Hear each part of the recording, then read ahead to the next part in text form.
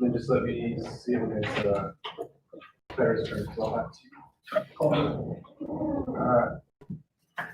Ready? All right, city commission meeting 6 p.m. or actually 6:05, Thursday, June 4th, 2020. Roll call, please. Mayor Litchfield. Mayor Pro Tem Duplantis. Here. Commissioner Moya. Here. Commissioner Guerrero. Here. Commissioner Arias. Here. Consideration of changes or deletions to the agenda. I have none. I'll make a motion to approve the agenda as presented. I'll second it. Roll call. Mayor Pro Tem Duplantis. Yes. Commissioner Moya. Commissioner Guerrero. Yes. Commissioner Arias. Yes. Next is bids and contracts. Approval of notice of award for IFB number 2020-02, Second Street Surface and Utility Improvements. Ralph? Good evening, Mayor Pro Tem, Commissioners. This is the long-awaited Second Street recommendation for award for the construction services for Second Street. We received 2 bids on this project the other day. One of them was out of the money, and the other one, which has been checked, is in the money and was deemed eligible for this award. We recommend, and the engineers concur, that we award this construction contract for the base bid to, if I can find the name of the contractor, J&H Services, in the amount of $1,775,512.34. You have any questions? This is the first, is it the whole, how far on Second Street are we looking at? We're looking at Main Street to Aber. So the whole that area would be county line. It'd be what, sir? This is on Second Street, from Main Street to Aber. Mhm. How much disruption is gonna be in that street? I'm sorry, I couldn't understand. The disruption for the business. It's gonna be a little bit. They'll have to do the underground utilities first and then the pavement afterwards. And then we're also doing all the sidewalks. We're doing it in the great block style, like to mirror the north side of the street. We actually had additive alternates on this project to include more great block style stuff, but we couldn't afford them. And that's why I'm just recommending that we just do the base bid on this one. It leaves us a little cushion, and then we have, we can add in some of the other stuff as the money allows. This way we have a little bit of cushion during construction. So, But don't you also have a deadline on this? a deadline for construction completion, it's 120 days. So I'd like to elaborate real quick. So part of the reason why we had to have this special meeting, we're really trying to get moving on this project. One of the grants attached to this, and there's numerous grant sources for this project. It expires at the end of the month. That's why we had to call for a special meeting. So that's why we're really pushing to get this done. We'll also have the official contract on June 11th, next Thursday's meeting. We'll need to approve it at that time. We just have to wait for the actual bonds from the contractor itself. But no, this is a very important project. As Ralph mentioned, there's additive alternates. One was for a lot more landscaping than anything. It was trees and shrubs, which the numbers were quite high. And then the other was for electrical and to match the lighting on the north side of Main Street. What is included with this base bid, you do get the decorative little nice colored and stamped pavers and whatnot, so it's consistent with that theme by the railroad depot. So you'll have that red brick look with the little pavers and whatnot. And we're hoping if we could save enough money, we'd like to install some lights. If not, we're looking at other possibilities and other grant opportunities to do that. And there's also other grant opportunities where we will be able to install trees and shrubs in the future. We just feel at this time, that's not the main priority, and that's why it wasn't an additive alternate. Therefore, we're gonna wait for other grant opportunities to fund that section of it. So as long as the public is well educated on it, we shouldn't have any problem. And we've emphasized with the contractor, we'll do that again next week when we meet with them, that their communication is key in this, communicating with the local business owners and the people that live in that area. That way they're able to know exactly what's going in timeframes. So if there is a disruption, they can plan accordingly and do what they can so they could be good stewards to have a good relationship with our local people on Second Street. So actually, they say 6/30/2020 is the expiration of the grant, is that what you're talking about? Yes, sir, just one of the grants. Yeah, one of the grants, Yes, but sir. how much amount is that grant? It is the amount, I believe, about $138,000. It was $180,000 grant. We've drawn down all but $135,000 of So it. that will be able to be spent between then, That would be, by the deadline? yes, well, that's what we're trying, if we can approve this tonight and meet, and also approve the agreement on the next meeting, we should still make it. Or you still have a check in, okay. A lot of this will be drawn down initially, once they mobilize, and then there's construction, staking, there's a whole list of items that they could draw down on. And then I'd like to request that they order some of the water and sewer pipe right away, and as long as it's on hand, and they bill us for it, we cut the check, we're eligible. We have till, I think, mid-July to get all that handled, but, we're trying to move as quickly as possible. We don't want to lose this. I'd like to thank Red Office Community Development for their hard work going in on this, as well as our engineers, and even Sarah at the environmental department. She's really turned things around quickly. Things that took weeks, we're getting done in hours or days. So there's been a lot of hard work and effort to go into this to make sure we don't lose any grant money. So actually, you'll be able to have that contract executed by the 12th? That's Yes, sir. 18th for today? It will be on the next meeting agenda. We have it in hand now, and I'm turning it in today, so to put on the next There won't be agenda. no obstacles, I don't see no problem there. So you making a motion? I'll make a motion, go ahead and approve this bid. I'll second. Recommendation, Roll call? Commissioner Moya, yes, Commissioner Ganela, Yes. Commissioner Arias, Yes. Mayor Pro Tem Duplantis. Yes. Thank you. Thank you. On the new business, approval of the COVID-19 CARES federal settlement. I'm calling Claire right now. She'll be presenting this item. Hello. Hi, Claire, it's your turn. You're on. My turn. Yes, ma'am. I'm on. Okay. Mayor Pro Tem and Commission, what you have in front of you is a contract to accept additional federal funding for the senior center in the amount of $30,355.74. And I'm willing, of course, to answer any questions you might have and respectfully request your approval. Does anybody have any questions? and this is, how much again, you said? $30,355.74. And this is particularly for, utilized for what purpose? I didn't get to read the whole thing. Okay, it's additional federal funding, with COVID and everything that's gone on. Some of centers have spent more money, and as well as us, we've had to buy more, cleaning supplies. We're only doing the home delivered and the grab-and-go meals, so that means that we have to buy all the packaging. In fact, I put in a PO today, we're gonna need more trays. So that is to help offset those costs. So, what we're experiencing right now, because we're not open, right? Okay. That we're not open to the public, however, Yeah, you're doing- everybody is still working and the meals are still being provided. Okay. Claire, if I might add, I know you had sent me an email earlier in the week asking me to give an update. Would you like to do that in person, or would you like me to read it off the email? Read it off the email is fine. Okay, so, one thing I wanted to state that Claire and I had talked about was, she wanted to give an update to the community and the commission on what they've been doing at the senior center, the services they've been providing. She said that it's anticipated that the center will remain closed to the public until at least the end of August, and that's due to the elderly being a lot higher risk to COVID.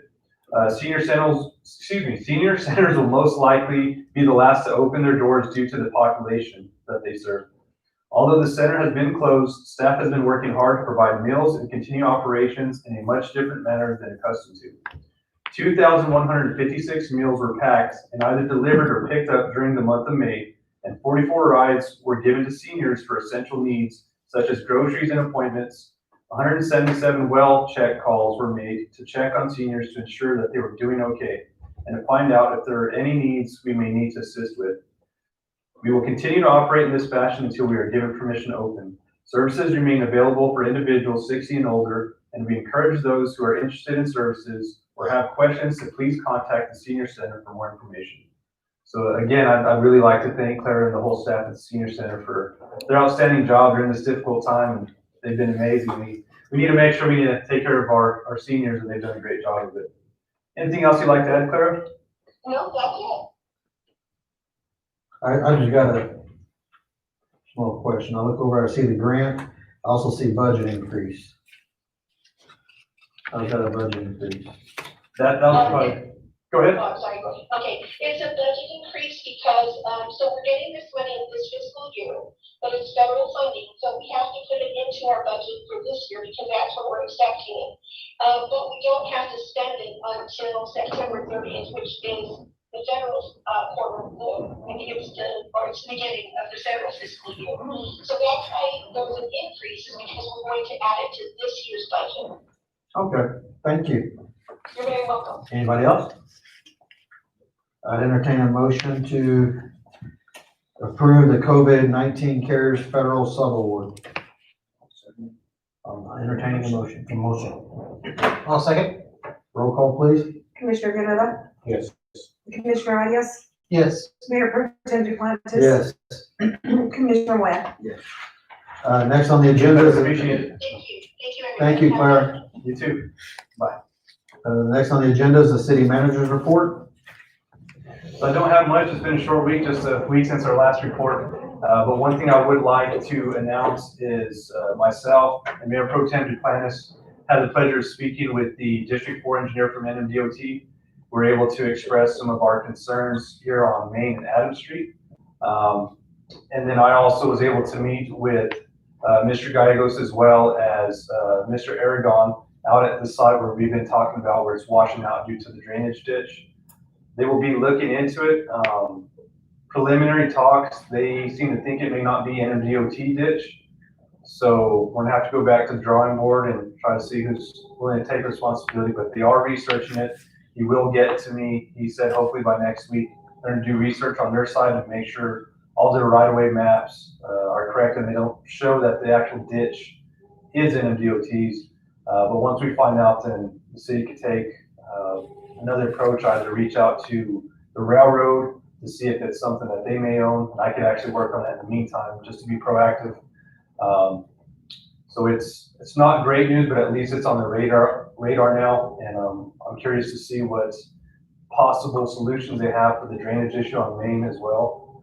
They talked about previously in the past, before they repaved this area, there were actually dips that helped the water to drain. In my opinion, if they're willing to do that in Able, I think that's a great idea. Not only does that provide proper drainage and try to get it from ponding, not only at this intersection, but as well at Main and Rock Island. But I think it also helps deter and slow down some of the traffic that flies through there. It might help us out on Main Street at least. But other than that, in our work session tonight, we discussed phasing and reopening certain departments. The two that will be affected the most that will be opening, well, three, I guess, would be the library. We're talking about doing that Tuesday through Saturday, 8:30 to 5:30. And then we'll be opening City Hall from 10 to 2. We will be available for appointments from 8 to 10 or 2 to 5 if those individuals cannot come in between 10 to 2. We'd encourage everybody to follow the guidelines. We'll be posting flyers on the doors. We'll also be placing X's on the ground with tape to try to keep people 6 feet apart. No more than 5 people allowed at a time within City Hall or within the library. And we are also wanting to reopen the Historical Museum, limiting to 5 people as well indoors. We've allowed more outside of the property. And as far as the city manager's report, that's all I have. Thank you. I have some questions. Okay, on Mr. Aragon's property, that water still has to be addressed since that water should drain off the community, the city to Link area. As far as the city part, what are we looking at? Our responsibility part. So right now I have been unsuccessful. I mean, we're very lucky to have that, because other than that, we'll have that whole subdivision, water we'll have water all over the streets up there. So we've been unsuccessful in finding the rightful owner of that ditch.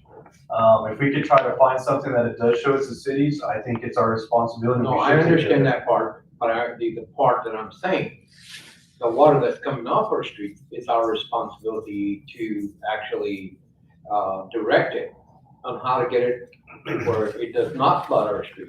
So what are we gonna do if we don't wind up finding the owner of that Whitmore, that ditch. Now, we're gonna use Whitmore as a draining or what? Because actually, we have to do something with that water. That's a lot of water when we have these fast rain storms coming in. And what I'm saying, it's a lot easier to negotiate with the property owners who work, fix it, and let it be as it is. Because we can't, I don't know, you think Main Street's a problem?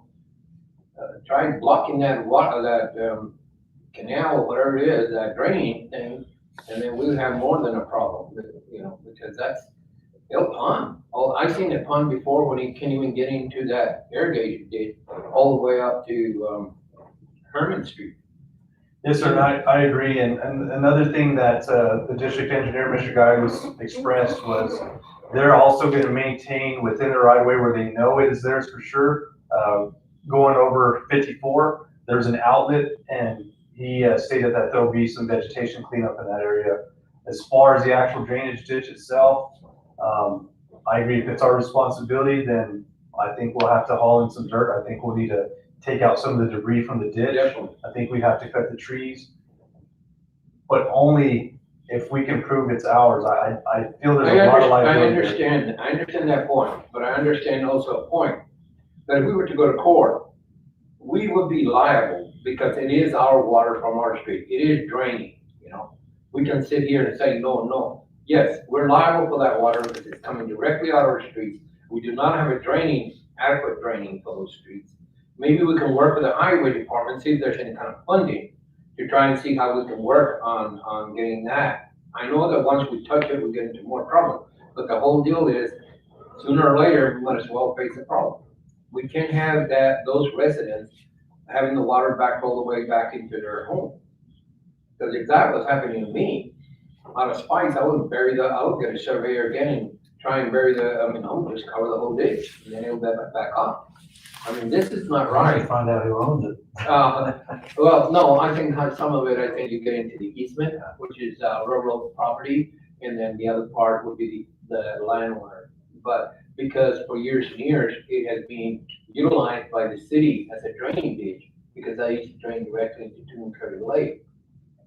Now it becomes an issue of who has the responsibility for taking care of it so that it will not damage anybody's private property. And that's all I'm saying is, it's better to work with people than against people. And it's better for us to stay out of court and just work on solving the problem, because we really don't have nowhere to go with that water. What happened is, we have nowhere to go with that water other than Hinman Street or Whitmore, And if we get water going down that street, you can assure there's gonna be a lot of people that are not gonna be happy campers. So we need to see what we can do about how we can accommodate it and work, maybe even grants from, the DOT or something, just to see if we can do some kind of small maintenance. I know that if we touch it, we get liability, but at the same time, if we don't touch it, we're gonna get a bigger liability. Once you get into court, the city is liable for the water that is coming off our street. Well, with that, Commissioner Moy, why don't you start us off with the items from the commissioner? First of all, I got to complain to somebody that it's a business person in town, something about talked to one of our code enforcers, and they were talking about the fact is that that we don't have an ordinance, a nuisance ordinance, where somebody's tree branches goes into another property right away. And I guess they had called the code enforcer, and the code enforcer said, because we don't have an ordinance that addresses that particular thing, there's nothing we can do about it. And so they were concerned about it because they couldn't, like I said, the tree's not in our property, the tree's on the neighbor's property, and yet it's hanging way over our property. I think legally they can cut those branches. I I've guess seen they seen could. court cases where somebody did that, and the person that owned the tree took them to court, and the person that owned the tree lost because they didn't prune their tree enough, and once it basically passed their air, Encroaches on it somebody else's encroached property. somebody else's property, that person can now do that. Now, is that a New Mexico law? I don't know. I watch a lot of people's court. That's Judy. huh? But That's anyway, Judy. that really needs to be addressed, because people said, we don't wanna be fighting with our neighbors. But at the same time, I guess that, tree is encroaching into their property and doing kind of, well, the whole weeds, the whole junk all in your property. You wanna look into it? Yes, sir, I'll I think look they into that. talked to that Marisa or somebody like that. Marissa? That one. I'm gonna address that. The other thing is, how is the improvement coming along in the convention center? As far as the painting or? We were gonna do some renovation, and how is that coming along? So the two things that we've been talking about is, the painting. The painting is complete. It was completed, I don't know the exact date, but it was ready for election day. The other thing we've been looking at is a larger stage to accommodate some of the bands. That's one thing we've heard on feedback. They'd like to see a larger, taller stage. So I've been working with the convention center director to look into that as well. As far as renovations, that's as far as we went to that point.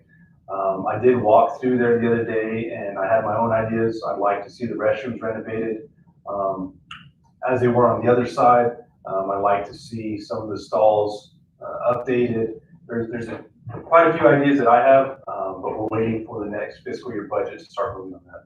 But I think we also had $75,000 that we moved. Did we already utilize all that? We haven't utilized all of it, but we've utilized some of it so far. Okay, one of the complaints was the carpet. I know you cleaned it and there was some tile. The question I have is, I myself have been looking at another, one of my facilities I have, and I've been looking out on the, this is in another town. And what I'm looking at is they have some sort of concrete, color concrete that you can put on the floor, and then you can also use like a stencil, I've had some pictures. And, why can we utilize that? Because it's very low maintenance. It is expensive. Let me see if I can find what I have. So we've actually talked about that previously. That was another recommendation, was replacing the carpet with some other And you flooring, can also put an emblem on it. as well as the dance floor. One of the comments that was relayed to me is the floor is not level, so you'd have to put filler, and I was advised that it may not be the most effective way to go for that flooring. But it's worth looking into. Again, I can reach out. I think it's worth looking into it, because the bottom line is, if it's not gonna fit, this is actually, you work with the concrete you have there. And then you can also pour on top of it, it's a color concrete, whether it be red or whatever you wanna call it, those are the colors. And then if you wanna put the city emblem on there, they have like a stencil they can put in. So what I'm looking at is, if we could look at that better, and if the floors are not, level or whatever, it's not gonna work with tile either, you know what I mean? But I think they can fix that, because on the property I'm looking at, in another area, in another town, the floors are not, they're being addition to addition, so, and they seem to be able to go in. It is expensive, don't get me wrong, it's a lot more expensive with the color, concrete, which really makes it nice and look. And then also the stencil is another expense, but then they're easy to maintain, because all you do is bump them. Correct. It's more money upfront, but in the long run, it probably saves money. It doesn't wear like carpet. And not only that, even if it gets scratched and stuff, according to them, we'll find out when I put it in. But it doesn't get scratched like a lot of other type of concrete work, and they can come in. And if it waters or spill or anything, it doesn't get damaged according to them.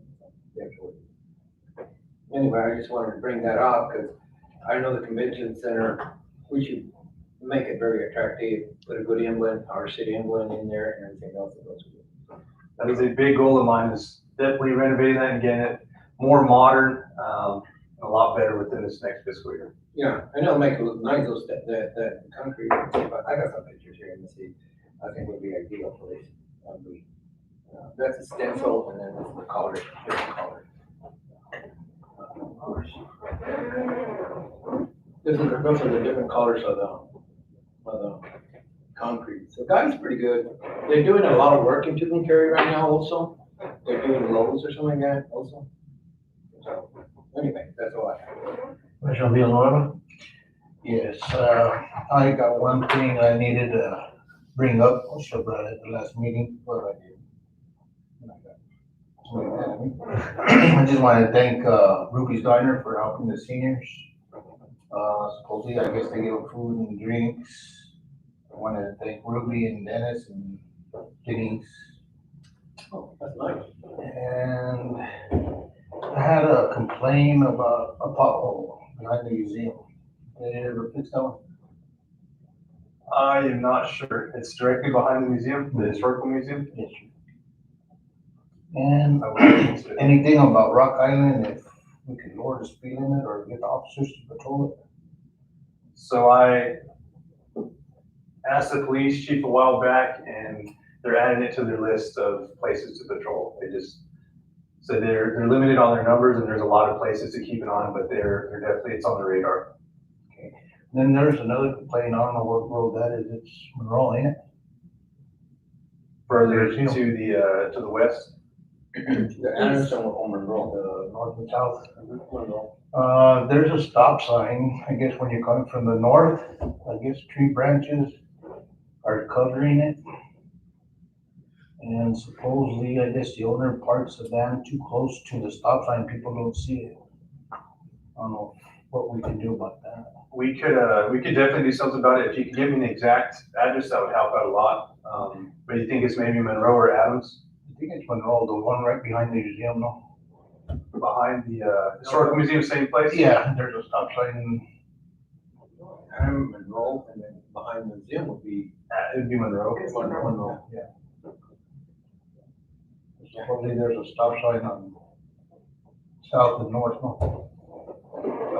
They said the north one is the one that's blocking I think the stop sign that you're talking about would be High and Monroe. High Monroe. And that's it.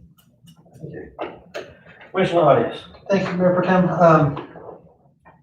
I don't have too much. I just want to let you all know that last week, we were supposed to have a Ute Water Authority Board meeting, which the online meeting was a bust. It didn't work. So we went ahead and decided we're going to meet next week in Clovis on the 12th.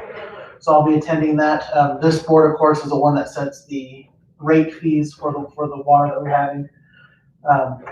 I think the main thing that we're looking at on that board right now is the election of a new chairman, which, we definitely need to support our interest that we had with Ute Lake and the rates that we're having. So that's gonna be our main priority coming up next week. I'll be attending that in person. Unfortunately, due to everything, we're only limiting it one person per municipality, or else I'll be taking Mark with me, but it'll be me and them. I'll let y'all know. Of course, it'll be after our next meeting, the meeting after, I'll let y'all know what the outcome of that meeting was. And they're the ones that set the rates for our water, I think, we have 6,000 acre feet of water. Yes, sir. And we're in negotiation of extending the current contract with Interstate Streams, and that will be on the agenda for discussion. I don't believe there's gonna be any action items other than appointing a new Chairperson. but there'll be discussion of moving forward. What day did you say that was, Chris? The 12th. What kind of long-term plans do we have for that water? Long-term plans, there's been a lot of plans, but right now it's kind of just up in the air. There's been discussion of a pipeline to eventually make that to Tucumcari, bring that water to Tucumcari, but right now there's not enough funds, and then the money that was being appropriated for that through taxes is now being reappropriated for infrastructure. We are So releasing a current portion of ours to, we're leasing the current allocation of water to 12 Shores at the golf course. And that's something like Commissioner Arias was referencing about the rates. There's been Wait a talk minute. about increasing the You're talking rates. the Ute Lake water? Yes, yes, We're utilizing it at the golf course? just a small amount of it. So we pay so much per acre foot, Yes, I and if know. we're actually utilizing it, then we are charged a higher rate. And then we charge 12 Shores a higher rate, so we don't lose any money. But we do utilize some of our, that's leased out to 12 Shores. I thought we were using the 200 acres we had by the airport towards the golf course. No, so that's Archerly. Are you thinking about the Archerly No, rights? no, I just want to clarify, that's the first time I ever heard that it was, well, the black we utilized. well, 12 Shores is the golf course there in Logan. Oh, Logan. Yes, sir. Oh, okay. Sorry about that. Oh, no, I don't pay attention to that, Logan, I pay attention to our area, and I go. We're charging Logan Indians to use their water. Oh, I have no quorum with that. We're gonna be cycling it all the way down. No. Sorry about that. Yeah. And I go like this. No, sir. All right, can you give me some more information on that? Well, with that, they're only limiting one person per municipality. Okay. Yes, sir. I can definitely pass over the information to you. Okay. Thank you. All right, I definitely want to thank Mr. Gallegos for coming out here. Thank you, Mark, for being instrumental in that. I also want to thank Commissioner Villanueva for going out there and basically starting the work on that by, we noticed that there's not a sinkhole, but some of it has slipped in, some of the concrete, and Mr. Gallegos got a plan together real quick to make sure that got filled up, because that part does get covered up by water. And I felt very confident that he's actually going to be working on coming up with a solution for us to redivert that water by those handicap areas, as well as where it goes all the way across the street and freezes up during the wintertime. That was probably the most positive thing I've seen since it came up about it almost 2 years ago. So I appreciate that. I actually felt like we took a step forward on that. Has anybody registered for the sign ordinance? No, sir. Are we getting together some addresses for the citations for the company that owns the KFC, as well as a point of contact that we can send a citation to for the Relax Inn? And I can come up with some others too, but I'm just getting started. Well, how does that work? If you're gonna do the relaxing, if we already, did the ordinance in 2012, where we kind of took it over or whatever it was. You went to court on there, there's a court case on that. I don't think we ever took anything over. Yes, you did. We There was a lien on it. there was a resolution, I think it was for us to get a lien and so we could foreclose on it, but we never foreclosed on it. But if there's a lien, we still got the lien on it. It's still effective. And they've missed their. It was in court date. 2012. My assumption is it expired No, You have to it has to refile go 14 years before it expires. 4 years, right? We just had this situation on another property. Well, I'm adamant, I would like to get citations sent. The warning letters that we've sent to other people, I know we've sent to them and we're not getting any responses. Usually when somebody gets a court notice, that kind of perks them up a little bit, or their lawyer anyway. I'm glad to see that we're getting, making some headway on Second Street. Along with that, I would like to see if we can start coming up with ideas to take care of some of the roads on the south side. And I can go through each street, but we all know which streets. You know, they hurt just as bad over there. The cars are bouncing around just as bad over there as they do over here. Now, I do have to say that Second Street can beat you up pretty good. But I think, you know, I've been saying this for a while now. I think we're getting this one moving. I know we can't do nothing overnight, but we can start being proactive and planning, even if it's a block at a time. Also want to thank the community for continuing practicing their guidelines and being respectful of others. I know not everybody wants to wear a mask, and I'm not gonna say everybody has to, but I think everybody should respect the beliefs of others. And if that's what makes somebody feel comfortable and standing 6 feet apart makes you feel comfortable, by all means, respect what that person feels. Also want to send out a get well soon to the mayor. That's all I have. I'd entertain a motion for adjournment. I'll make a motion to adjourn. Second? Roll call, please. Mayor Pro Tem Duplantis. Yes. Commissioner Moya. Commissioner Villanueva. Yes. Commissioner Arias. Yes. Thank you. Thank you. I was like, unexpected that. Happy I was like, I'll entertain a